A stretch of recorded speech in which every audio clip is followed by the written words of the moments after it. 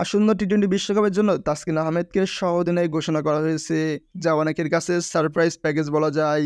যে তাসকিন দলে থাকা নিয়েই ছিল প্রশ্ন, তাকে সহ-অধিনায়ক ঘোষণা করা খানিক বিস্ময়করের জন্ম দিয়েছে বলতে গেলে।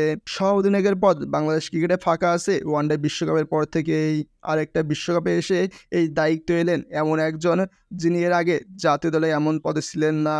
কেন তাকে দায়িত্ব দেওয়া হয়েছে সে ব্যাখ্যা দিয়েছে প্রধান নির্বাচক গাজী আশরাফ হোসেন লিপু। তিনি বলেন, এটা একটা গ্লোবাল টুর্নামেন্ট, এর আগে তো আমি কোনো দল ঘোষণা করতে আসিনি, এটা বিসিবির সিদ্ধান্ত।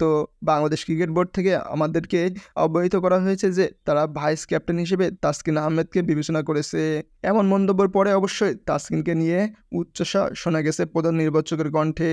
তিনি অন্য একটি জেনারেশনের উদীয়মান একজন খেলোয়াড়, একটা ডিপার্টমেন্টকে লিড করছেন এবং দীর্ঘদিন ধরে জাতীয় দলের হয়ে খেলছেন বিভিন্ন ফরম্যাটে।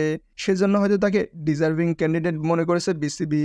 যুক্তরাষ্ট্রের বিপক্ষে 3 ম্যাচ টি-20 সিরিজে তাসকিনের না থাকার সম্ভাবনা প্রধান নির্বাচক বলেন, এটা আপনাদের ভালো বলতে পারবে মেডিকেল কমিটি।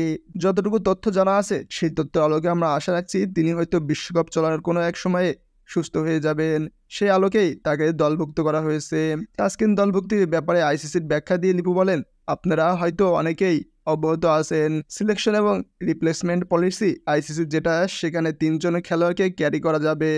পরবর্তী পর্যায়ে কোনো খেলোয়াড়ের যদি অনাকাঙ্ক্ষিত রিকভারি না হয় তখনও আপনি তাকে বদলাতে পারবেন। এমন না যে সবাইকে ফ্রেশ নিয়ে 25 তারিখের মধ্যে ঢুকতে হবে, তারপর কেউ ইনজুরি হলেই বদলাতে পারবেন না। ব্যাপারটা এমন না, আপনি একজন ইনজুরি খেলোয়াড় নিয়েও টুর্নামেন্ট ঢুকতে পারবেন।